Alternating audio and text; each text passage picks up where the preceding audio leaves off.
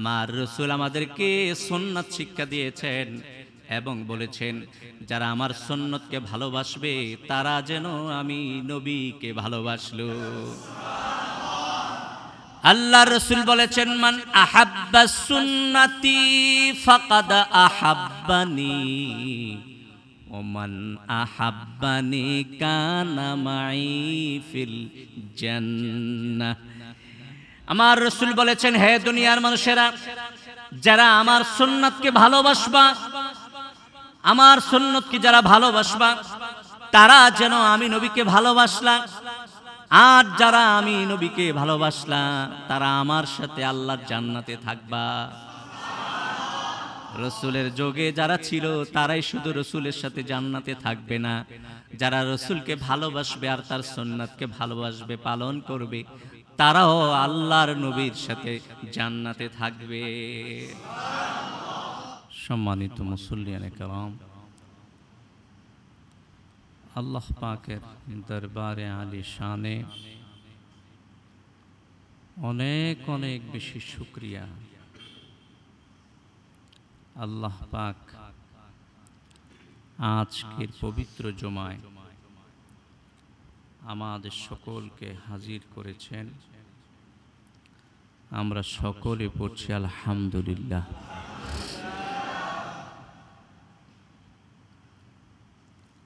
আজকের জুমা অত্যন্ত পবিত্র একটি জুমা। রবিউল আউয়াল মাসের প্রথম জুমা।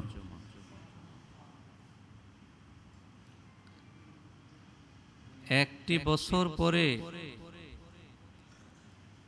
আমরা পবিত্র রবিউল আউয়াল মাস পেয়েছি। এ মাস রাসূল সাল্লাল্লাহু আলাইহি সাল্লামের আগমনের মাস। সুতরাং এ মাসে রাসূল সম্পর্কে আলোচনা করা এটা আমাদের দায়িত্ব। সম্মানিত হাজিরিন, এই পৃথিবী ছিল অন্ধকারে। গোটা পৃথিবী যখন জাহালাতের মধ্যে ছিল, তখনই আমার রাসূল সাল্লাল্লাহু আলাইহি ওয়াসাল্লাম আগমন করেছেন জাহান্নামী মানুষগুলিকে জান্নাতি বানানোর জন্য। পথভ্রষ্ট মানুষগুলিকে জান্নাতের পথ, হেদায়েতের পথ দেখানোর জন্য। প্রত্যেকটা মানুষ যেন আল্লাহমুখী হয়ে যায়, প্রত্যেকটা মানুষ যেন আল্লাহর ইবাদত করে আল্লাহকে পায়, সেজন্য আমার রাসূল দুনিয়ার সব মানুষের সামনে কথা বলেছে। ভাইয়েরা আমার রাসূল বলেছেন আনা দাওয়াতু ইব্রাহিম ওয়া বাশারাতু ঈসা আলাইহিস সালাতু ওয়াস সালাম। আমি হলাম ইব্রাহিম আলাইহিস সালাতু ওয়াস সালামের দোয়ার ফসল আর ঈসা আলাইহিস সালাতু ওয়াস সালামের সুসংবাদের ফসল। হযরত ঈসা দুনিয়ার মানুষদেরকে বলেছেন, হে দুনিয়ার মানুষেরা, আমি এসেছি ওই নবীর আগমনের সুসংবাদ দেওয়ার জন্য যেই নবী আমার পরে আসবে। ওয়া মুবাশশিরাম বিরাসূলিন ইয়াতি মিন বাদি ইসমুহু আহমদ। ওই নবীর আগমনের সুসংবাদ দেওয়ার জন্য আমি ঈসা এসেছি, যার নাম হবে আহমদ। সম্মানিত হাজিরিন, ইব্রাহিম আলাইহিস সালাম দোয়া করেছিলেন যেন আল্লাহর রাসূল আসে। আল্লাহর রাসূল বলেছেন, আমি ওই দোয়ার ফসল। ইব্রাহিম আলাইহিস সালাম কি দোয়া করেছিলেন? ইব্রাহিম আলাইহিস সালাম রাসূল আগমনের দোয়া করেছিলেন। আমাদের মুসলিম জাতির পিতা হলো ইব্রাহিম আলাইহিস সালাম। তিনি আমাদের নাম রেখেছেন মুসলমান। আল্লাহ পাক বলেন, মিল্লাতা আবিকুম ইব্রাহিম হুয়া সাম্মাকুমুল মুসলিমিন। দুনিয়ার মানুষেরা, তোমাদের মিল্লতের বাবা হচ্ছে ইব্রাহিম আলাইহিস সালাম। উনি তোমাদের নাম রেখেছেন মুসলমান। ইব্রাহিম আলাইহিস সালামের ইতিহাস আমরা বয়ান করি কুরবানির সময়, বিশেষ করে বিস্তারিতভাবে আলোচনা হয়েছে এবং হচ্ছে। আপনারা জানেন ইব্রাহিম আলাইহিস সালাম কাবা ঘর নির্মাণ করেছেন। আল্লাহ পাক বিভিন্ন পরীক্ষা নেওয়ার পরে যখন ইব্রাহিম আলাইহিস সালাম সব পরীক্ষায় কামিয়াব হলেন, আল্লাহ পাক বললেন, ঘর নির্মাণ করো। ওই ঘরটা তোমার না, ওই ঘরটা হলো আমার ঘর। ইব্রাহিম আলাইহিস সালাম কাবা ঘর নির্মাণ করলেন। কাবা ঘর নির্মাণ করে সেই ঘরটার জন্য দোয়া করলেন। সুবহানাল্লাহ। ইব্রাহিম আলাইহিস সালাম দোয়া করলেন, রব্বানা তাকাব্বাল মিন্না ইন্নাকা আনতাস সামিউল আলিম। ইব্রাহিম দোয়া করলেন, আল্লাহ এই ঘরটা তুমি কবুল করে নাও। কাবা ঘর নির্মাণের পরে তার কবুলিয়তের দোয়া করছেন। আপনি আমি যতই ভালো কাজ করি, ওই ভালো কাজগুলি, ভালো আমলগুলি আল্লাহর দরবারে কবুল হওয়ার জন্য দোয়ার দরকার আছে কিনা? ভাইরা আমার, ভালো কাজগুলি যেন আল্লাহর দরবারে কবুল হয়ে যায়, সেজন্য আমাদেরকে আল্লাহর কাছে বিশেষ করে দোয়া করতে হবে। কারণ যতই নেক কাজ করি, ওই নেক কাজগুলি যদি আল্লাহর দরবারে কবুল না হয়, তাহলে আমাদের জীবনের জন্য কোনো কল্যাণ বয়ে আনবে না, আমাদের নাজাতের জন্য কোনো উপকারে আসবে না। এগুলি আল্লাহর দরবারে কবুল করাইতে হবে। সম্মানিত হাজিরিন, ইব্রাহিম তার জীবনে অনেক দোয়া করেছেন। কাবা ঘর কবুলিয়তের দোয়া করেছেন। ইব্রাহিম আলাইহিস সালাম নিজের সন্তানদের জন্য দোয়া করেছেন। সুবহানাল্লাহ বলবেন না? নিজের সন্তানদের জন্য দোয়া করেছেন। আমরা যারা বাবা হয়েছি, আমরাও আমাদের সন্তানের জন্য দোয়া করার দরকার আছে। শুধু জন্ম দিয়ে ছেড়ে দিলে হবে না, তার জন্য তাকে মানুষ বানানোর জন্য চেষ্টা ফিকির করতে হবে। শুধু তাই না, গভীর রাতে চোখের পানি ফেলাইয়া আল্লাহর কাছে তাদের জন্য দোয়া করতে হবে।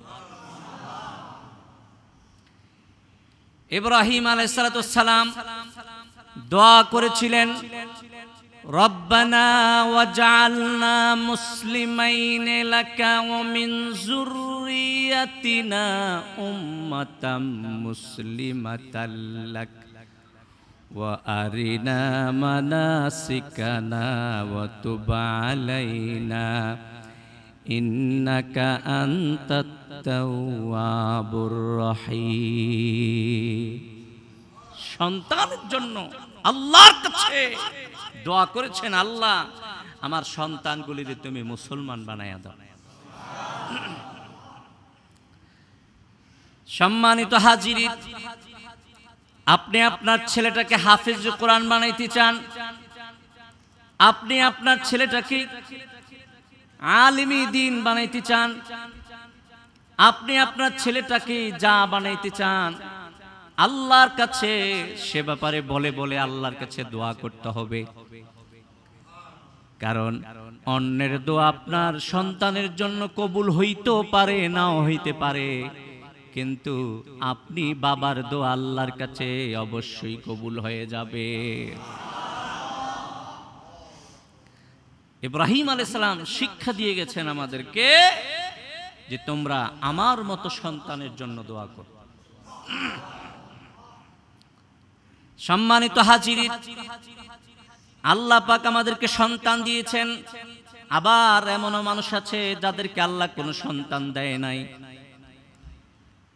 ইব্রাহিম আলাইহিস সালামের কোনো সন্তান ছিল না। ইব্রাহিম আল্লাহর কাছে দোয়া করেছিলেন, রব্বি হাবলি মিনাস সালিহিন। আল্লাহ আমার তো সন্তান নাই, রব্বুল আলামিন আমার কোনো সন্তান নাই, তুমি আমার নেক সন্তান দান করো। ইব্রাহিম কোনো মানুষের কাছে চায় নাই, গাছের কাছে চায় নাই, মাছের কাছে চায় নাই। ইব্রাহিম কারো কাছে চায় নাই, যার কাছে চেয়েছেন তিনি কে? যিনি দিতে পারে, সন্তান দেওয়ার মালিক একজন, তিনি কে? ইব্রাহিম আলাইহিস সালাম তার কাছেই চেয়েছেন, একটা চাইছেন, আল্লাহ খুশি হয়ে দুইটা দিয়েছেন। সম্মানিত হাজিরিন, ইব্রাহিম আলাইহিস সালাম শুনেছেন একজন নবী আসবে দুনিয়ায়, যার পরে আর কোন নবী হবে না।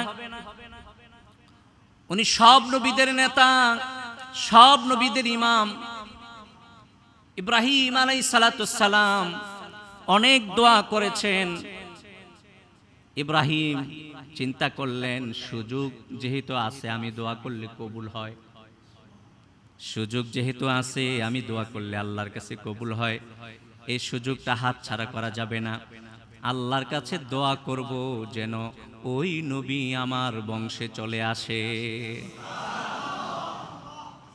আল্লাহর কাছে ফরিয়াদ করলেন, রব্বানা ওয়াবআস ফীহিম রাসূলাম মিনহুম ইয়াতলু আলাইহিম আয়াতিকা ওয়া ইউআল্লিমুহুমুল কিতাবা ওয়াল হিকমাতা ওয়া ইউযাক্কিহিম ইন্নাকা আনতাল আজিজুল হাকীম। বলেন সুবহানাল্লাহ।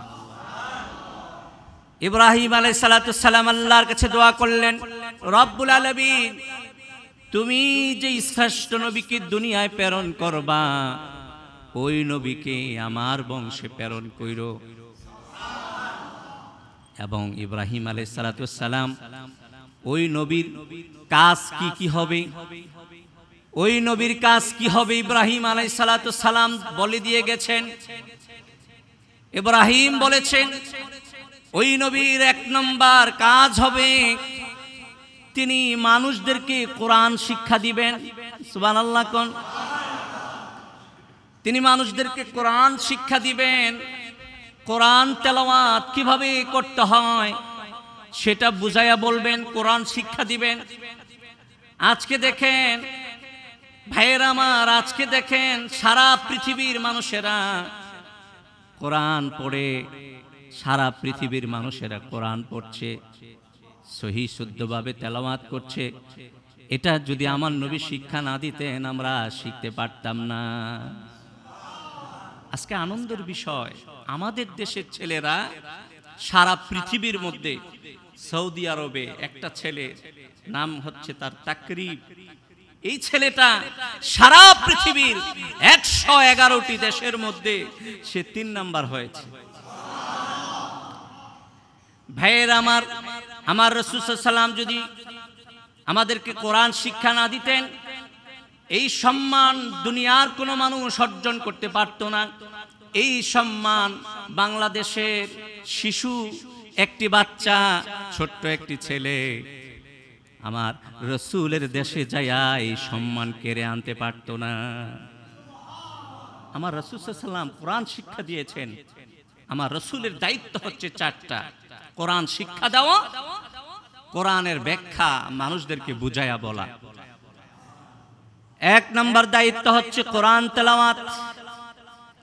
আজকে আলেম ওলামা, পীর মাশায়েখ, হাফেজ কোরআন, কারীরা কোরআন তেলাওয়াত কিভাবে করতে হয় মানুষদেরকে শিক্ষা দিচ্ছে। মাদ্রাসায়, নুরানি মাদ্রাসায় কোরআন শিক্ষা হচ্ছে, হাফেজি মাদ্রাসায় হাফেজ সাহেবেরা কোরআন হেফজ করছে। এই কাজটা রাসূলের কাজ ছিল, এখন আমাদের কাজ। যেহেতু রাসূলের পরে কোনো রাসূল, আমার রাসূলের পরে যেহেতু, আমার দয়াল নবীর পরে যেহেতু কোনো নবী আসবে না, এই দায়িত্ব আলেম ওলামা পীর মাশায়েখের ঘাড়ে আছে কিনা বলেন? আজকে মাদ্রাসাগুলিতে কোরআন শিক্ষা দেওয়া হচ্ছে, কিভাবে কোরআন সহি শুদ্ধ করে পড়ানো হবে, পড়ানো যাবে, এই চিন্তা আলেম ওলামা করছেন। আবার বড় বড় মাদ্রাসাগুলির মধ্যে কোরআনকে ব্যাখ্যা করে বোঝানো হচ্ছে, শিক্ষা দেওয়া হচ্ছে কিভাবে আপনাদের মাঝে কোরআন বুঝিয়ে বলা যাবে। এই দায়িত্বটা রাসূলের ছিল, কোরআন শিখানো এবং কোরআনের ব্যাখ্যা দেওয়া। 3 নম্বরের দায়িত্ব হচ্ছে মানুষগুলির হিকমত শিক্ষা দেওয়া, বুদ্ধি শিক্ষা দেওয়া। আমার রাসূল যদি আমাদেরকে হিকমত আর বুদ্ধি শিক্ষা না দিতেন তাইলে আমরা শিখতে পারতাম না। ভাইয়ের আমার, হিকমতের আরেকটা অর্থ হচ্ছে সুন্নাত শিক্ষা দেওয়া। আমার রাসূল আমাদেরকে সুন্নাত শিক্ষা দিয়েছেন এবং বলেছেন, যারা আমার সুন্নতকে ভালোবাসবে তারা যেন আমি নবীকে ভালোবাসলো। আল্লাহ রাসূল বলেছেন, মান আহাব্বা সুন্নতি ফাকাদ আহাব্বানি ওয়া মান আহাব্বানি কানা মাই ফিল জান্নাহ। আমার রাসূল বলেছেন, হে দুনিয়ার মানুষেরা, যারা আমার সুন্নতকে ভালোবাসবা, আমার সুন্নতকে যারা ভালোবাসবা তারা যেন আমি নবীকে ভালোবাসলা, আর যারা আমি নবীকে ভালোবাসলা তারা আমার সাথে আল্লাহর জান্নাতে থাকবা। রাসূলের যুগে যারা ছিল তারাই শুধু রাসূলের সাথে জান্নাতে থাকবে না, যারা রাসূলকে ভালোবাসবে আর তার সুন্নাতকে ভালোবাসবে, পালন করবে, তারাও আল্লাহর নবীর সাথে জান্নাতে থাকবে। মানুষগুলিকে আল্লাহ রাসূল সাল্লাল্লাহু আলাইহি ওয়াসাল্লাম হিকমত শিক্ষা দিয়েছেন, সুন্নাত শিক্ষা দিয়েছেন, আর শিক্ষা দিয়েছেন তাজকিয়াতুন নফস ওয়া ইউযাক্কিহিম। তাদেরকে তাজকিয়া শিক্ষা দেওয়া এটা রাসূলের কাজ। ইব্রাহিম আলাইহিস সালাম বলেছেন, আল্লাহ রাসূল সাল্লাল্লাহু আলাইহি ওয়াসাল্লাম গুনাহগার মানুষগুলিকে ধরে ধরে তাদের আত্মাকে পরিচ্ছন্ন করে তাদেরকে জান্নাতি বানিয়ে দিয়েছেন। তাজকিয়াতুন নফস মানে নফসের পবিত্রতা, নফসকে পরিষ্কার করা। আজকে এই কাজটা দুনিয়ার সব পীর মাশায়েখ, হাক্কানি পীর মাশায়েখরা করছেন। আমাদেরকে জিকিরের মাধ্যমে, আমলের মাধ্যমে, বিশেষ করে আমাদেরকে সকাল সন্ধ্যার জিকিরের মাধ্যমে আমাদের তাজকিয়াতুন নফস হচ্ছে। আল্লাহ রাসূল বলেছেন, লিকুল্লি শাইইন সিকালাতুন ওয়া সিকালাতুল কুলুবি যিকরুল্লাহ। আল্লাহ রাসূল বলেছেন, হে দুনিয়ার মানুষেরা, সব জিনিস অপরিষ্কার হয়, কাপড় অপরিষ্কার হয়, লোহা অপরিষ্কার হয়, সব জিনিসই অপরিষ্কার হয়। সব জিনিস অপরিষ্কার হইলে এটাকে মেডিসিনের মাধ্যমে কাপড় যদি অপরিষ্কার হয় সাবানের মাধ্যমে এটা ধুইলে পরিষ্কার হয়ে যায়। আমার রাসূল বলেছেন আমাদের দেহের মধ্যে যে একটা গোশতের টুকরা আছে ওই গোশতের টুকরাটা গুনার কারণে অপবিত্র হয়ে যায়, ময়লা হয়ে যায়, ওইটাকে সাবান দ্বারা ধৌত করলে পরিষ্কার হবে না, আগুনে দিলেও পরিষ্কার হবে না। আল্লাহ রাসূল বলেছেন ওয়াসিকালাতুল কুলুবি যিকরুল্লাহ, ওই অন্তরের দিলের পরিষ্কার করতে হবে আল্লাহর জিকিরের মাধ্যমে। বলেন সুবহানাল্লাহ। এই কাজটা আমার রাসূল করেছিলেন। সুবহানাল্লাহ। আজকে কোরআন শুদ্ধ করে পড়ানোর কাজ হাফেজ এবং কারীরা করছে, এটা রাসূলের কাজ ছিল। আজকে কোরআন ব্যাখ্যা দেওয়া রাসূলের কাজ ছিল, আলেম ওলামা পীর মাশায়েখরা করছে। সাথে সাথে পীর মাশায়েখরা কি করছে? আমার রাসূলের দায়িত্বটা পালন করছে, তাজকিয়াতুন নফস, মানুষের আত্মাগুলি, ময়লা আত্মাগুলিকে পরিষ্কার করছে। বলেন সুবহানাল্লাহ।